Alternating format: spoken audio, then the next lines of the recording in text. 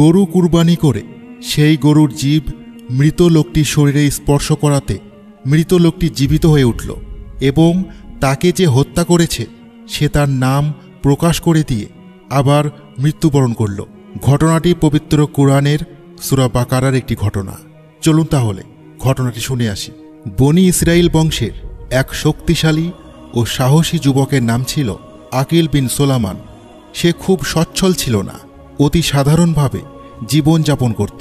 তার এক চাচা ছিল, তার নাম ছিল আমিল। সে ছিল বিরাট ধনী ব্যক্তি, তার ছিল অনেক ধনসম্পদ। সে ভাইয়ের ছেলেকে কিছুই দিত না।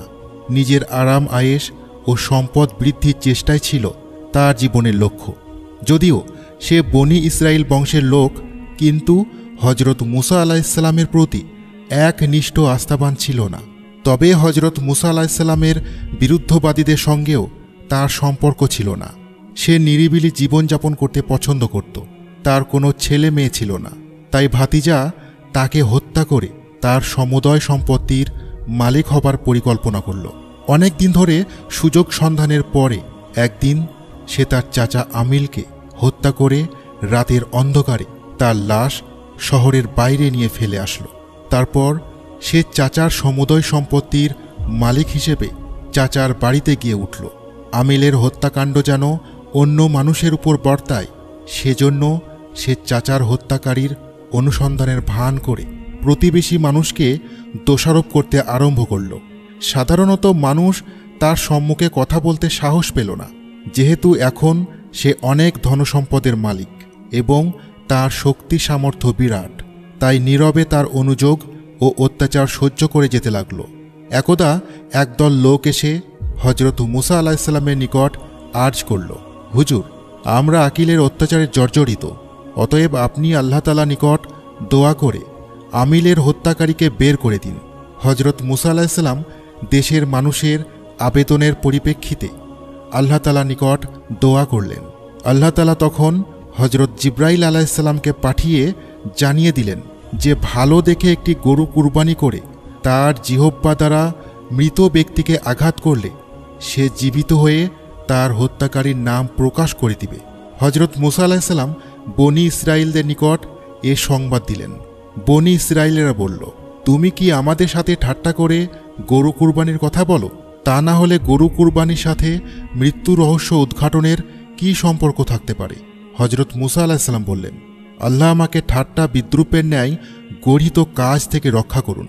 তখন বনি ইসরাইলেরা বলল, তবে তোমার প্রভুর নিকট থেকে জেনে নাও গরুটি কি বয়সের হওয়া চাই, তার রং কি রকম, এটা কোনো কাজে খাটানো গরু কিনা।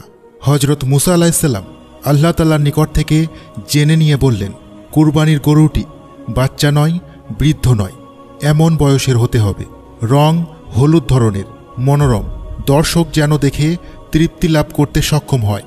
এছাড়া গরুটি দিয়ে কোনো চাষাবাদ বা খেতে পানি সেচের কাজ করা হয়নি। বনি ইসরাইলরা বলল, এবার ঠিকভাবে বুঝে নিয়েছি, আমরা এ ধরনের গরু সংগ্রহ করতে পারব এবং অতি সত্বর এটা কুরবানি করে দেব। এরপরে তারা বিভিন্ন এলাকায় গরুর সন্ধান করতে লেগে গেল। বেশ কিছুদিন ধরে তারা হন্যে হয়ে গরু খোঁজ করল, কিন্তু উক্ত গুণসম্পন্ন গরু তারা সংগ্রহ করতে সক্ষম হল না। তখন তারা হজরত মুসা আলাইহিসসালামের নিকট এসে বলল, হে নবী, গরু কোথায় পাওয়া যাবে তা যদি আমাদেরকে বলে না দেন তবে আমরা ওটা আদৌ সংগ্রহ করতে পারবো না। হজরত মুসা আলাইহিসসালাম তখন হজরত জিব্রাইল আলাইহিসসালামের নিকট গরু অনুসন্ধানের বিষয় জিজ্ঞেস করায় তিনি বললেন, বনি ইসরাইলের একজন নেককার ব্যক্তি মৃত্যুর পূর্বে তার ছোট ছেলের ভবিষ্যৎ উপকারের উদ্দেশ্যে একটি বাছুর গরু আল্লাহর নামে বনে ছেড়ে দেয়। কয়েক বছর পর ছেলেটি বড় হলো। তাদের সংসার ছিল অভাব অনটনের। তাই একদিন তার মাতা ছেলেকে ডেকে বলল, বাবা, তোমার পিতা তোমার ভবিষ্যৎ উপকারের নিয়তে আল্লাহর নামে একটি গরু ছেড়ে দিয়েছিলেন। তুমি এখন বনে গিয়ে দেখো গরুটি ধরে আনতে পারো কিনা। যদি ধরে আনতে পারো তাহলে আমাদের অভাবের সংসার বিরাট উপকার হবে। ওটা আমরা বিক্রয় করে যে টাকা পাবো তার অর্ধেক গরিবকে দান করব, বাকি অর্ধেক দ্বারা আমরা সংসার পরিচালনা করব। ছেলেটি তখন তার মায়ের কথা অনুসারে একদিন বনের মাঝে গিয়ে দুহাত তুলে আল্লাহর দরবারে ফরিয়াদ করল। আল্লাহ তাআলা তখন এতিম বাচ্চার প্রার্থনা মঞ্জুর করে গরুটি তার নিকট হাজির করে দিলেন। ছেলেটি তখন গরুর গলায় রশি লাগিয়ে বাড়ির দিকে রওনা করল। পথিমধ্যে শয়তান গরুটি তাড়িয়ে দেবার জন্য নানা রকম ষড়যন্ত্র করল, কিন্তু ছেলের মায়ের দোয়ার বরকতে তা ব্যর্থ হল এবং ছেলেটি গরু নিয়ে নিরাপদে বাড়িতে পৌঁছালো। তার মা গরু দেখে অত্যন্ত আনন্দিত হল এবং আল্লাহ দরবারে অসংখ্য শুকরিয়া আদায় করল। অতঃপর মহিলা তখন ছেলেকে বলল, বাবা, গরুটি নিয়ে বাজারে যাও। ছেলে বলল, কত দাম পেলে বিক্রয় করব? মা বলল, 3টি সোনার মোহর দাম হলে গরু দিয়ে দিও। ছেলে তখন গরু নিয়ে বাজারে গেল।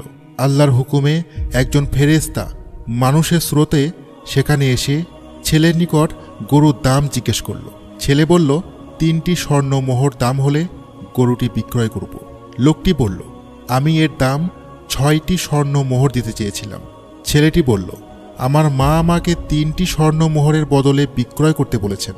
তখন লোকটি বলল, তোমার মায়ের নিকট জিজ্ঞেস করে আসো 6টি স্বর্ণ মোহরে তিনি বিক্রয় করতে চান কিনা।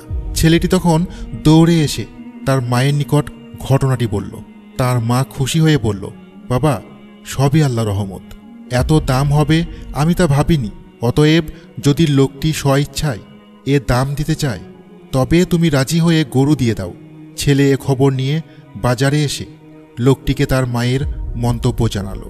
তখন লোকটি বলল, না, এর দাম আমি আরও অধিক মোহর দিতে চাই।